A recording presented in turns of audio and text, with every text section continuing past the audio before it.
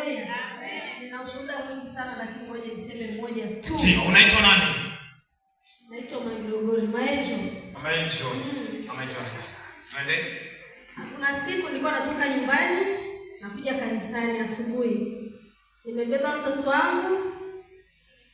Niko na mume wangu tunakuja kanisani. Mtoto alikuwa mzima wa afya, hana shida yoyote.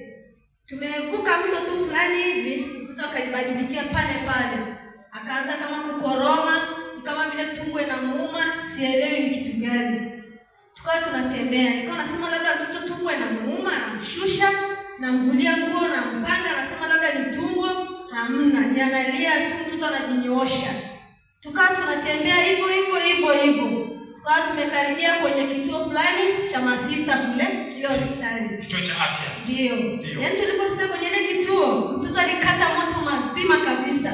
Akaanza kukoroma na anatoa mate fulani makozi marefu, yaani mtoto anakoroma kabisa. Ni kama anaenda sasa. Yaani ni anaenda kabisa. Ndio.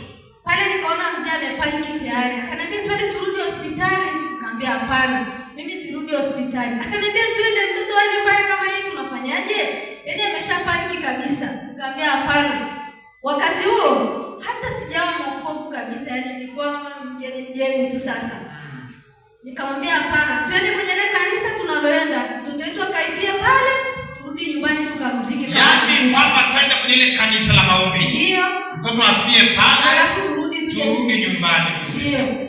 Baada ya hapo tukachukua boda hapo getini kwa masista.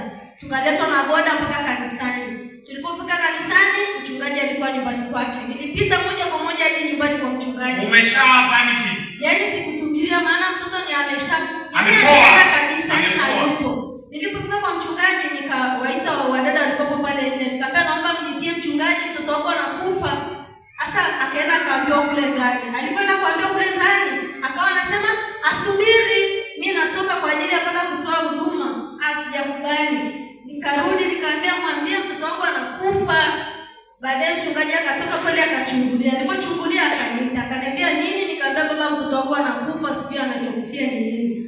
Kweli mchungaji akamchukua yule mtoto akamwangalia, akamchukua mafuta akampaka huko kifuani.